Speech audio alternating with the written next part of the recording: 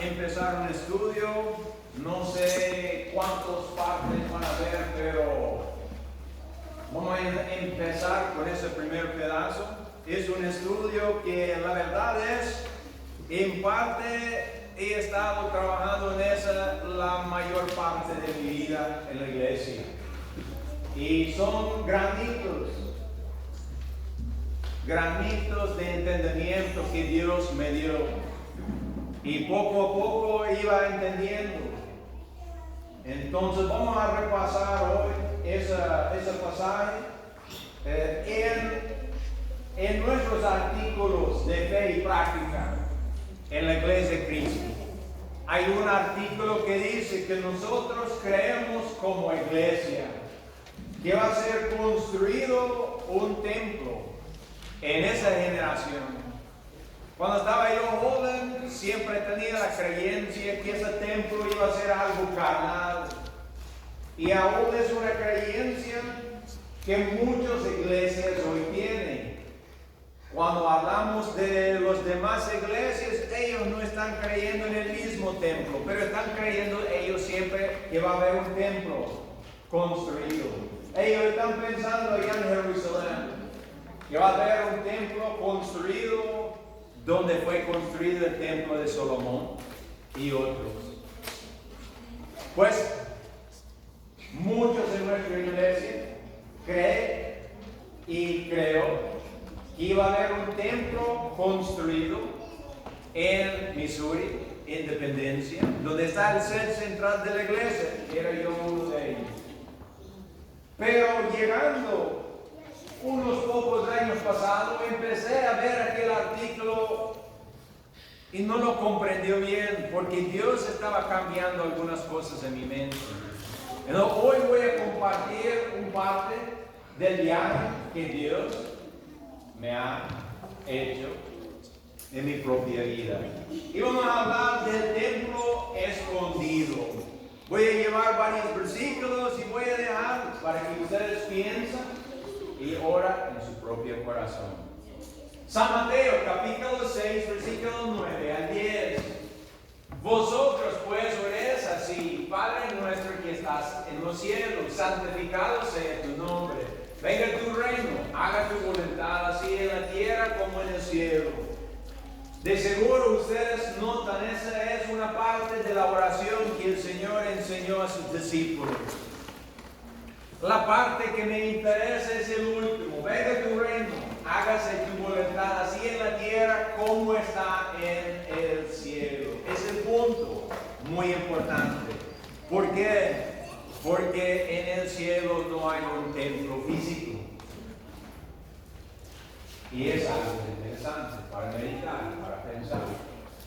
Está pidiendo en esa oración la voluntad de Dios que sea hecha aquí mismito, igual como está siendo hecho en el cielo.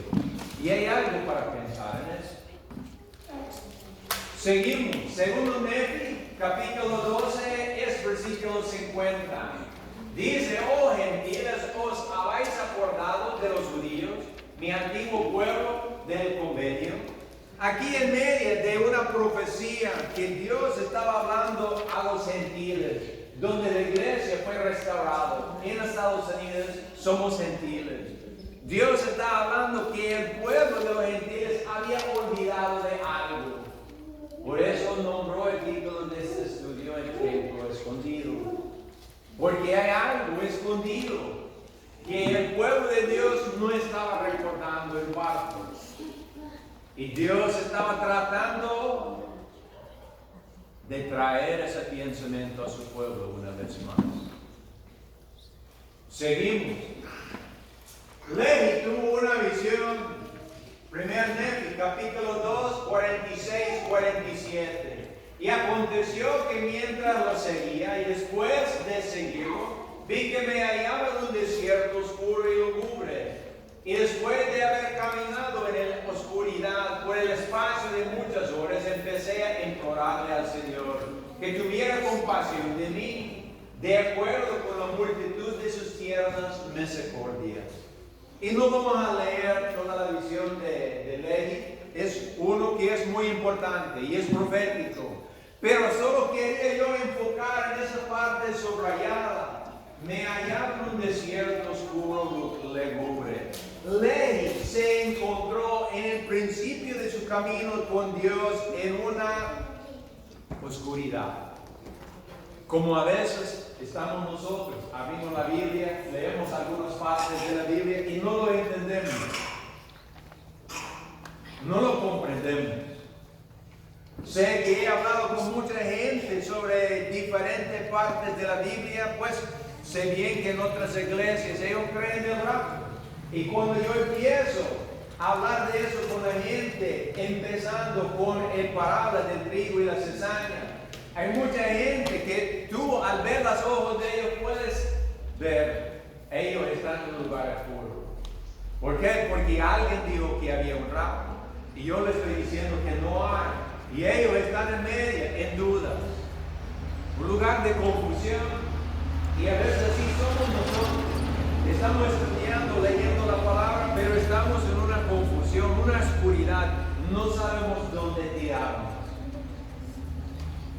Dice, y después de haber caminado en la oscuridad por espacio de muchas horas, empecé a implorar a Dios. Lehi. Su solución por su problema era ponerle en oración y ayuno. Y es lo que todos necesitan hacer. Cada lugar en mi vida, cada pedazo de escritura que yo he estudiado, que no lo comprendí,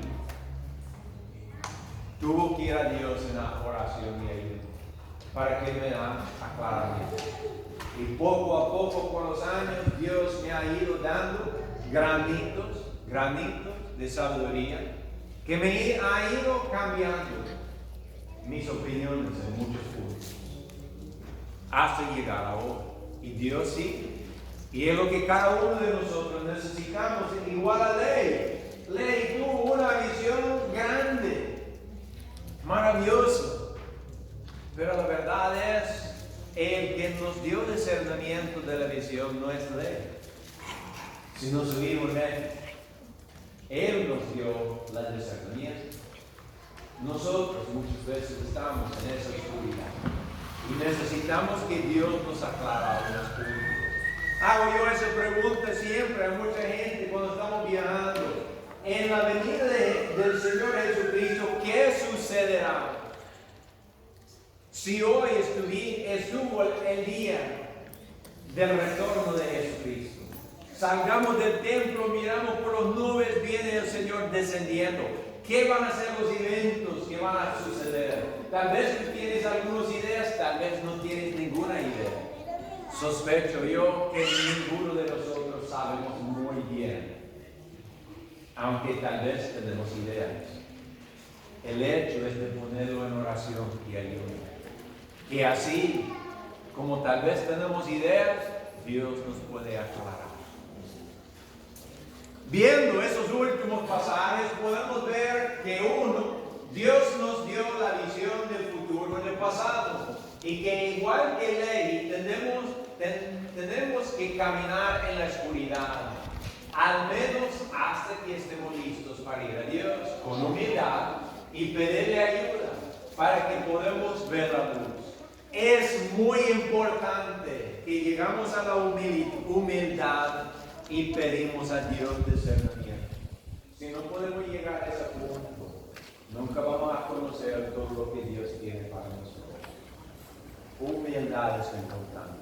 Sé que nosotros muchas veces tenemos orgullo. Si hay un desacuerdo entre dos hermanos, quizás ambos están diciendo, si el otro me viene a pedir perdón, yo lo perdonaría. Y el otro está diciendo lo mismo y ninguno se humilla para ir a buscar perdón. Dios no nos va a dar conocimiento en todas sus palabras si no humillamos. Es el principio. Si no podemos humillar, no podemos conocer.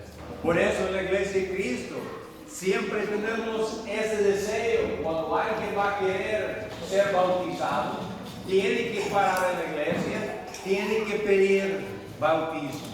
Y sé que es temoroso pedir bautismo en la iglesia, pero es importante porque es una parte de esa humillación. Y es algo que siempre tenemos la necesidad de tener en nuestra vida, humillarnos. Si no podemos humillar, un día vamos a tener una idea en nuestra cabeza, alguna idea de alguna doctrina, y no vamos a ser cambiados, porque Dios no nos va a poder enderezar, porque nuestra mente va a decir, ya sé. Pero cuando somos humildes, siempre vamos delante de Dios a decir, tú sabes, ayúdame a comprender. Eso es bastante importante. Seguimos. ¿Qué significa la oscuridad? La oscuridad en que caminar ley. Y hay muchos puntos sobre esta oscuridad, pero hay uno mayor que todos.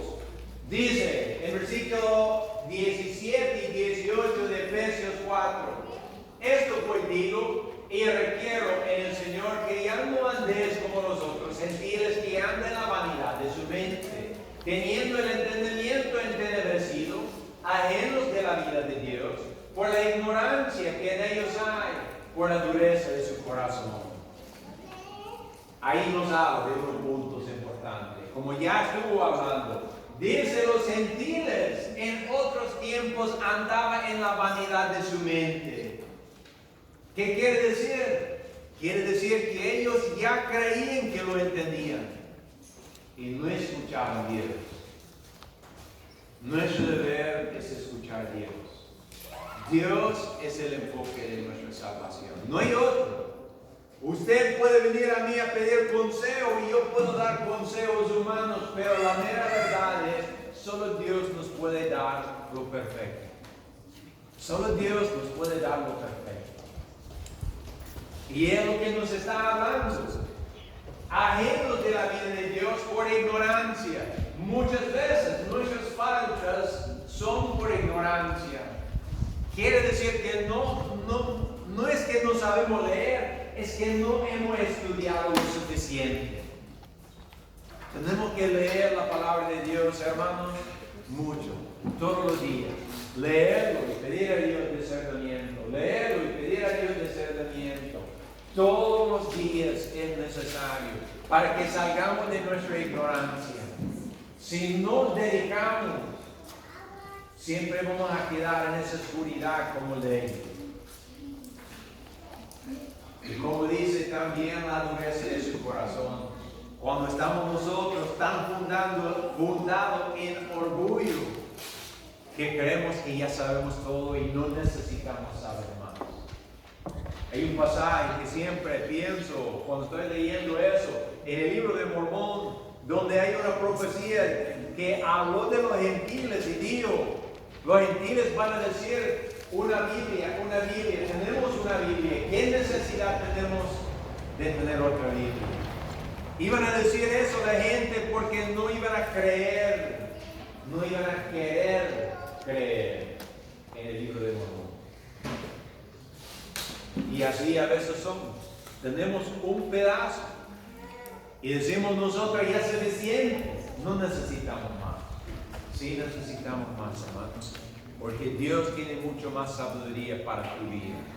Ahora mi deseo es repasar 2 sueños para compartir con ustedes, para que meditemos en la palabra de Dios. El primer sueño. Quiero que medites en esas palabras. Estaba con 2 hermanos de la iglesia. Estábamos caminando por un sendero en las montañas. Estábamos viendo una propiedad con la idea de tal vez comprarla. La propiedad se vendía a un precio muy inusualmente bajo, ya que casi todos pensaban que la propiedad estaba maldita. El dueño caminaba con nosotros por un pequeño sendero que atravesaba la tierra. Había 2 montañas que se unieran de forma la propiedad como una V. Tenía un pequeño arroyo corriendo por en medio entre las 2 montañas. todo estaba en el bosque. Mientras caminaba, de la nada cayeron agujeros. Era algo así como un sumidero. Después de que el polvo se asentó, levanté la mano para que los hermanos que estaban conmigo pudieran levantarme, ya que no había caído muy lejos. El agujero no era muy profundo. Después de que me levantaron, estaba sentada en el borde y noté que el dueño se había ido. Le pregunté a dónde se había ido el dueño. Y fue entonces cuando los hermanos me dijeron que la mayoría de la gente cree que la propiedad estaba maldita. Así que cuando caí en el agujero, el dueño salió corriendo por miedo. Eso me hizo pensar. Miré de nuevo hacia el agujero y noté que si bien el agujero no era muy profundo, en la parte posterior del agujero que conducía a la montaña parecía haber entrado un poco. Entonces volví a saltar al agujero y examiné. Había un pequeño túnel que conducía a la montaña. Entré en el túnel, que solo tenía unos 20-30 pies. En ese punto se abrió en una habitación muy grande. Parecía una sala del trono. Vi dos puertas, uno a cada lado de las dos esquinas traseras. Fue hasta la puerta en la parte posterior izquierda. Eran dos puertas muy altas y grandes. Abrí las puertas. Dentro de la habitación había una mesa larga y pesada. Alrededor de todas las paredes había estanterías, dejando solo suficiente área abierta para que se abrieran las puertas. Los agujeros del cubículo en las estanterías eran de diferentes tamaños. Vi libros y cosas que parecían libros, pergaminos y rollos de papel, incluso algunos artefactos pequeños. La mesa también tenía algunos libros y pergaminos abiertos sobre ella. En solo una visión momentánea, vi en el sueño que una imagen oscura entraba en la habitación y bajaba un libro, lo colocaba sobre la mesa y comenzaba a traducir el libro.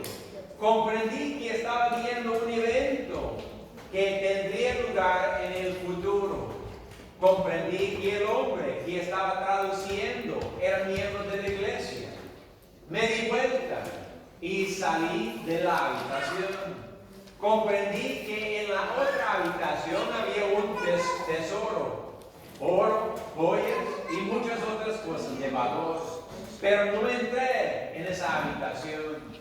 Salí y regresé por el túnel para abandonar el área. Cuando volví a salir del agujero y en el camino, volví a ver otra visión. Vi que los dos lados de la montaña comenzaban a llenarse de casas. Eran muy pocos. Entendí que todos eran miembros también de la iglesia. Y entendí que vendrían muchos más. Le preguntó a Dios en mi mente cómo sería todo eso posible. Y Él me dijo que en el sala del tesoro sería más que suficiente para cubrir todos los costos de todo lo que iba a suceder. Aunque sabía que no debíamos usar todo lo que había en el sala del tesoro, que había tesoros que no debíamos vender a ningún costo. Al mirar alrededor, pregunté, ¿cómo crearán el ministerio y la iglesia? Y la voz me dijo que sería lento, pero que lo creerían. Y vi aún en la visión que los dos partes seguían llenándose de hogares, y que los apóstoles venían a ver el trabajo y también a participar en él.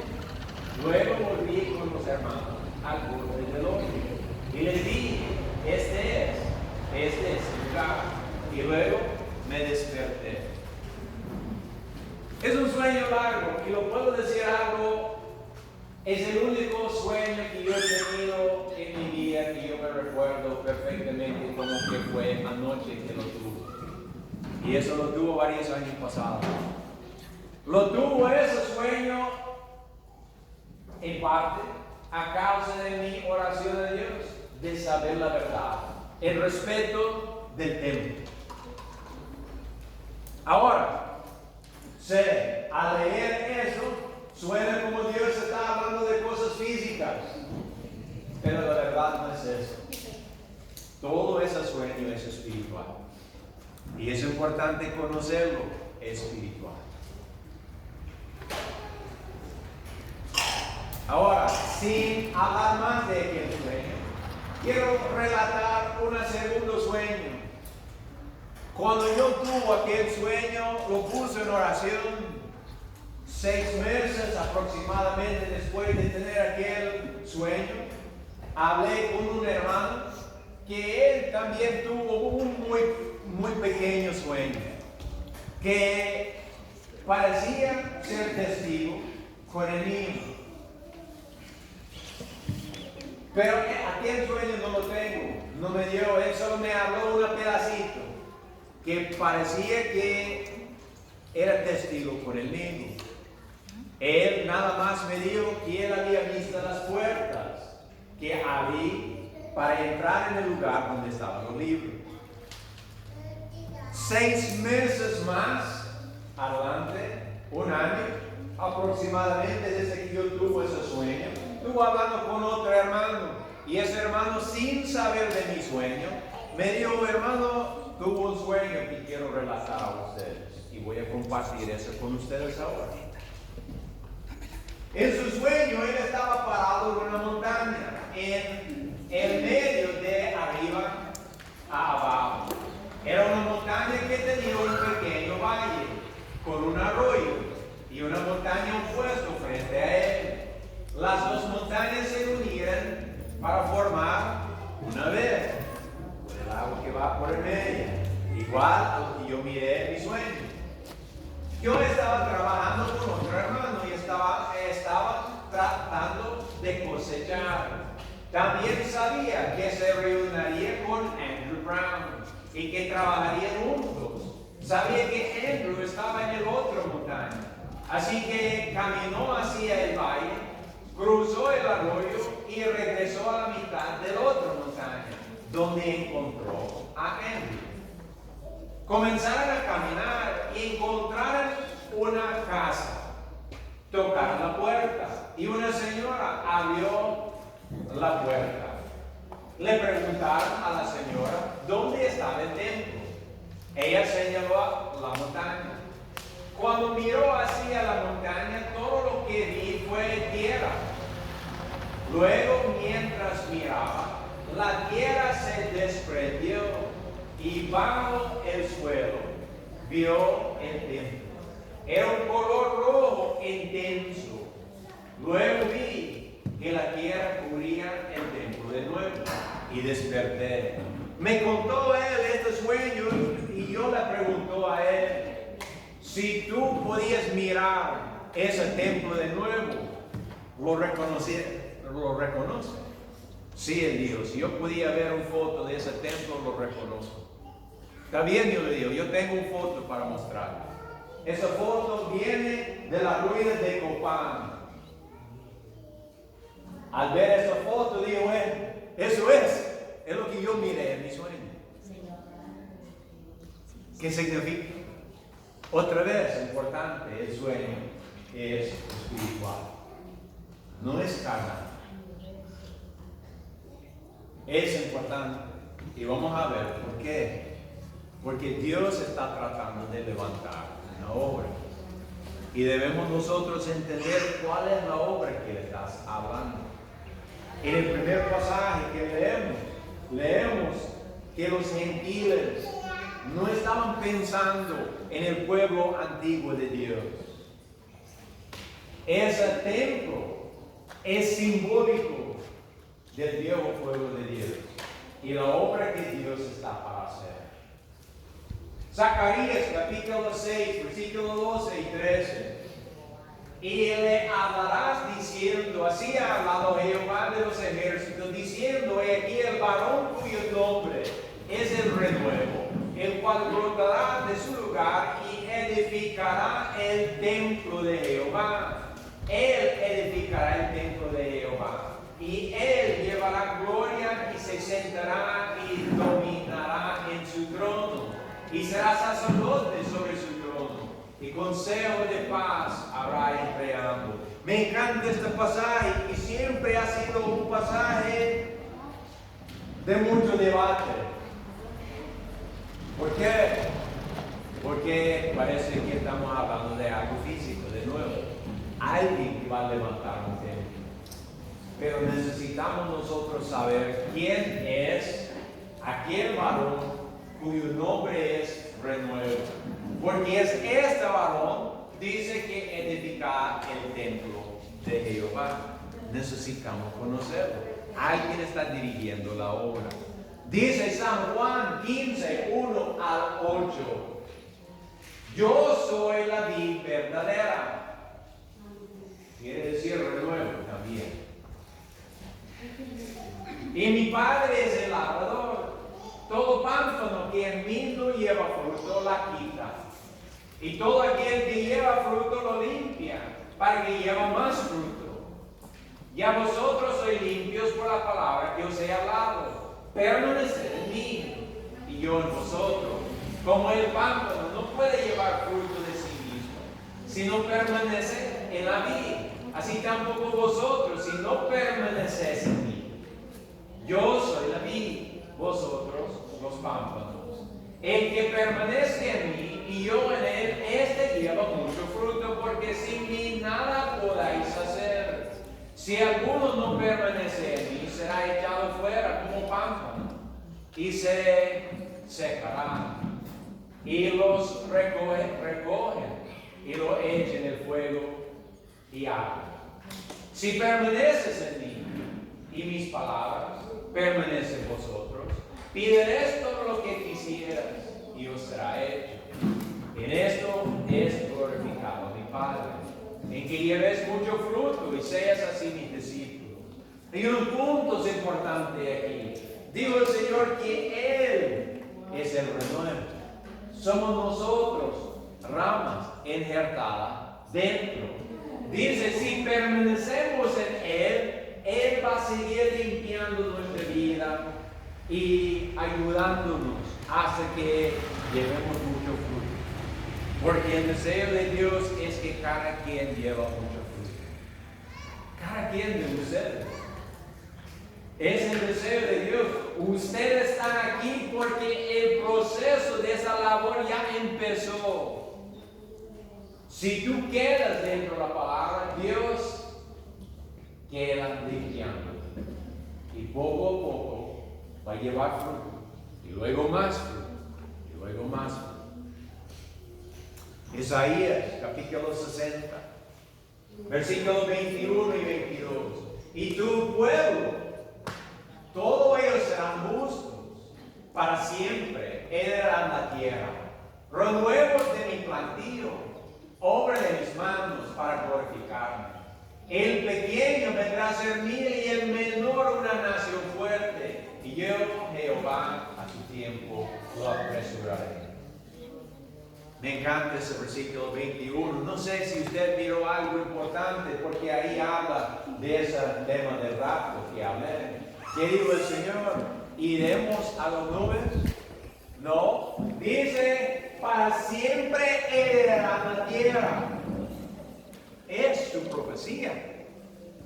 Imagina, un momento. Aquí, Dios está haciendo su obra. Dicen nosotros, cada uno, somos los pámpanos, los ramas que están injertadas en la vid, en el renuevo. Nosotros también renuevos de mi plantío, obra de mis manos. Dios está haciendo esa obra. Él está edificando el templo. Si Él está edificando el templo, ¿qué significa? Que si estamos nosotros pensando o viendo por algo carnal, no lo vamos a ver. pienso yo en el sueño, el segundo que compartí, cuando el hermano miró que el templo estaba tapado de tierra. Y hago la pregunta, en la palabra de Dios, ¿qué significa la tierra? Significa errores o pecados. ¿Y cuál es el trabajo de Dios? Quitar los pecados y los errores de su pueblo. Y ahí iba a descubrir el templo. Cada uno de ustedes. La obra de Dios. El renuevo. Cualquier obra que Dios está haciendo. Dice la palabra que Él pasará por sus olivos y cortará toda rama que no lleva buen fruto. El deber es que cosechamos buen fruto en nuestra vida. Nuestras palabras, nuestros pensamientos, nuestras acciones, nuestros trabajos todos los días, que todo sea para la honra y la gloria de Dios. Sé que hay personas que cuando están dando su testimonio en la iglesia, terminan con esa frase, que esa sea para la honra y la gloria de Dios. Pero yo hago esa pregunta a usted, ¿puede usted decir esta frase en todo momento de su vida? En todo lo que tú estás haciendo. Ahí es donde merece esas palabras. Cuando lo decimos así nomás después de un testimonio, eso no es cuando más importa esas palabras. Le importa cada día de su vida. Es tu vida para la honra y la gloria de Dios. ¿Es usted como aquel templo bonito? ¿O es usted alguna construcción todavía ruin? Dios está haciendo un trabajo. Quiero revisar un pedacito pequeño de un parábola en el libro de Mormón que habla del olivo. En Jacob capítulo 3, versículos 126 al 153. Dice, por tanto, vayamos y trabajamos con nuestra fuerza. Esta última vez. Muy importante sus palabras. Hay un momento cuando llegamos al fin. Esta última vez, porque aquí se acerca el fin. Y esta es la última vez que yo podré mi viña. Importante sus palabras. Porque vamos a leer esa profecía y el Señor nunca más va a edificar un edificio, sino que Él está trabajando con nosotros. Nosotros. 127, ejerta las ramas empezando por las últimas para que sean primeros y que las primeros sean las últimos. Y cava alrededor de los árboles, viejos así como nuevos, y las primeros, a fin de que todos sean nutridos de nuevo por la postrera vez. Por tanto, cava alrededor de ellos, y pódalos, y abónalos de nuevo por última vez, porque el fin se acerca. Y si acaso esos últimos inertos crecen y producen el fruto natural, entonces les prepararás el camino para que crezcan.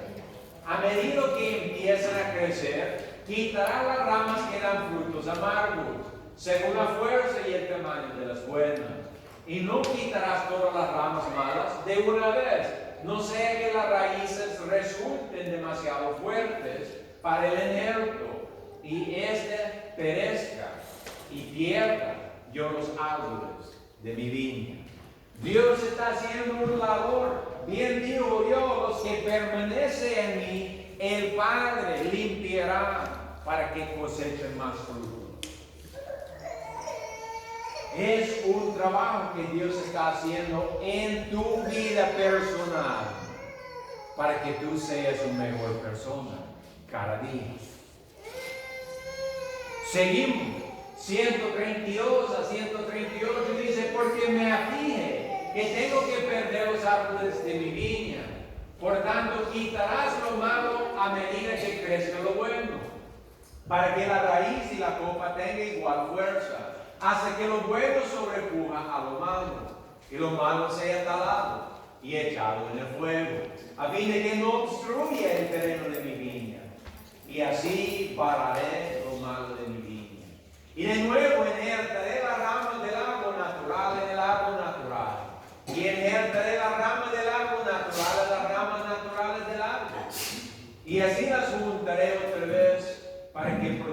en el fruto natural, y serán uno. Y lo malo será echado fuera. Si fuera de todo el terreno de mi viña, pues he aquí tan solo esta vez podaré mi viña. Y aconteció que el Señor de la viña envió su siervo, y este fue, y hizo lo que el Señor le había mandado, y trajo otros siervos, y eran pocos.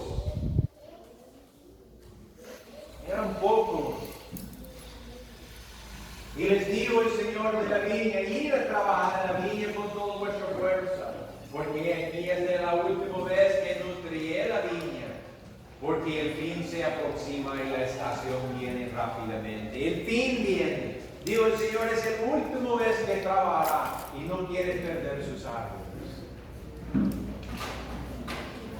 139, 143. Y si vosotros trabajáis conmigo con toda vuestra fuerza, os regocijaréis en el fruto que recogeré para mí mismo, para el tiempo que pronto llegará. Y sucederá que los siervos fueran y trabajar con todas sus fuerzas.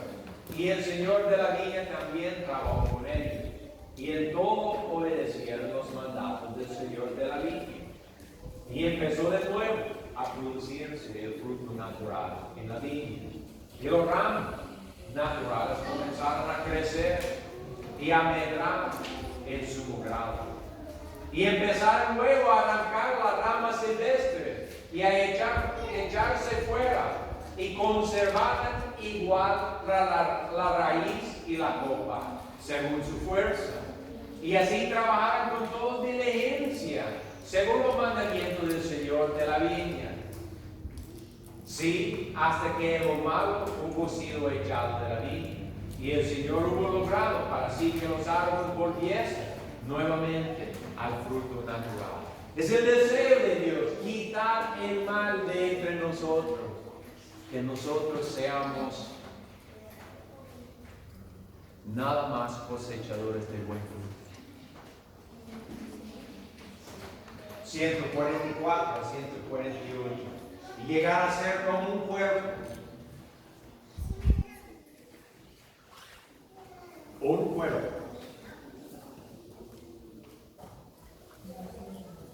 Y los frutos fueron iguales. Aunque somos distintas personas, pero Dios está tratando de que seamos nuestro fruto igual. Y el Señor de la viña había preservado para sí mismo el fruto natural, que fue sumamente precioso para él desde el principio. Y aconteció que cuando el Señor de la viña vio que su fruto era bueno y que su viña ya no estaba corrompida, llamó a sus siervos y les dijo: aquí hemos nutrido mi viña esta última vez, y ves que he obrado según mi voluntad, y he preservado el fruto natural que es bueno aún como lo fue en el principio, y bendito sois. ¿Qué principio? El huerto de Edén. El huerto de Edén. Dios quiere que regrese por voluntad. 147.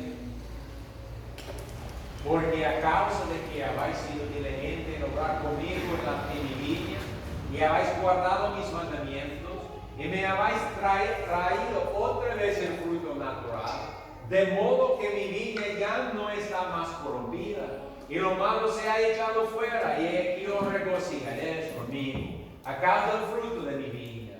Pues he aquí, por mucho tiempo guardaré el fruto de mi viña para mí mismo, para la estación la cual se aproxima velozmente. El Señor está buscando aquel buen fruto que está en cada uno de nosotros.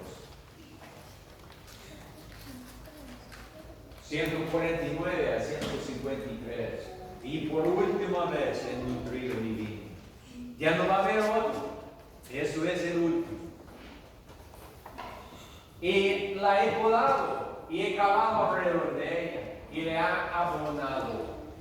Digo, el renuevo edificará el templo. por tanto guardaré de su fruto para mi vida. Por mucho tiempo, de acuerdo con lo que he hablado. Y cuando llegue la ocasión de que nuevamente vuelva el mal fruto a mi viña, entonces haré recoger lo bueno y lo malo. Y lo bueno preservaré para mí y lo malo arrojaré a su propio lugar. Y entonces viene la estación y el fin, y haré que mi viña sea quemada con fuego. El último paso. Importante que meditamos en esas palabras. ¿Por qué? Porque muchos de esos eventos ya han cumplido. Todo eso empezó con la restauración de la iglesia en el año 1830, cuando los gentiles empezaron a tener el libro de Mormón. Como un hombre que cayó en un hoyo y encontró un templo dentro de una montaña que nadie sabía estaba allá. El Señor está haciendo su obra. Trajo el libro de Mormón de repente y la dio a su pueblo. Poco a poco la iglesia ha sido creciendo. Dijo el Señor en su parábola de la boda. Dijo que mandó sus siervos a recoger los que estaban invitados y los invitados dijeron no. Vamos a nuestros trabajos, vamos a nuestros afanes. No querían venir. Y aún algunos mataron a los siervos. Y luego vino los demás siervos y dijo, Señor, la cena está preparada, pero los que fueron invitados no han querido venir. Dijo el Señor, vaya a las calles y en los caminos y recogen a cualquiera. Gente olvidada, gente despreciada. Y fueron llenos la boda. Dios está haciendo su obra. De la tierra, del pecado, está levantando su templo para que sea bonito. Estamos labrando en ese cosecha. El último cosecha. Dijo él que iba a traer buen fruto en su árbol hasta un momento cuando de nuevo iba a entrar el mal dentro de su iglesia. Importante ese momento. Importante. Porque al momento de que el mal trataría de entrar otra vez en la iglesia, dijo el Señor, eso ya es el fin. El fin de Dios no es un día, un segundo, un momento como para nosotros, pero es un periodo de tiempo, ya cuando las cosas van terminando. Importante. Tercer libro de Nehemías, capítulo 10, versículo 1 al 8. Pero si se arrepintieran y escucharan mis palabras y no endurecen su corazón, estableceré mi iglesia entre ellos. ¿Quién está haciendo la obra? Dios está haciendo la obra. Está haciendo la obra en usted. Estableceré mi iglesia entre ellos y entrarán en el convenio y serán contadas entre este residuo de Jacob, la cual he dado esa tierra por herencia, y ayudarán a mi pueblo, el resto de Jacob, y también a cuantos de la casa de Israel venga, a fin de que construyan una ciudad que será llamado el Nuevo Jerusalén. Su ciudadanía somos nosotros. Su ciudadanía somos nosotros. Es espiritual. Es espiritual. Y entonces ayudarán a mi pueblo que está disperso sobre toda la faz de la tierra para que sean congregados de nuevo en la nueva Jerusalén. Y entonces el poder del cielo descenderá entre ellos y también yo estaré en ellos. Y entonces empezará la obra del Padre de aquel día, sí, cuando sea predicado ese evangelio entre el resto de este pueblo. De cierto digo que en ese día empezará la obra del Padre entre todos los dispersos de mi pueblo, sí, aún entre los tribus que han estado perdidos, la cual el Padre ha sacado de Jerusalén. Sí, empezará la obra entre todos los expertos de mi pueblo. Y el Padre preparará la vía por la cual pueden venir a mí, a fin de que invocan al Padre en mi nombre. Sí, y entonces empezará la obra y el Padre preparará la vía entre todas las naciones, por la cual su pueblo puede volver a la tierra de su herencia. Y saldrán de todas las naciones, y no saldrán deprisa, ni irán huyendo, porque yo iré delante de ellos, dice el Padre, y será su retroguardia. Entonces se realizará lo que está escrito. Las profecías de Dios, en fin, se hacen. Dice, debemos trabajar con todos nuestros elementos. El primer lugar donde debemos trabajar es acá. Sé que muchas veces queremos nosotros ir a la montaña, ir a la ciudad, llevando la palabra a otros. Y es importante llevar la palabra. Es importante ser testigo de la verdad. Pero el primer trabajo de todos nosotros es acá, en la vida de usted mismo. Porque no podemos ser buenos ejemplos si no limpiamos la casa primero. Dios está esperando que de su vida, de su hogar, sale buen fruto. Buen fruto que puede tocar la vida de otras personas. Usted es el primer pedazo de ese trabajo. Dios está haciendo la obra. Está tocando la vida de muchas personas. Está preparando por el fin. En ese momento, cuando trata de entrar de nuevo el mal dentro de la vida, es el momento cuando empieza el fin de todo. Prepárate, hermanos. Dios está haciendo su obra. Gracias por su tiempo. Espero que esas palabras se ayuden a ustedes.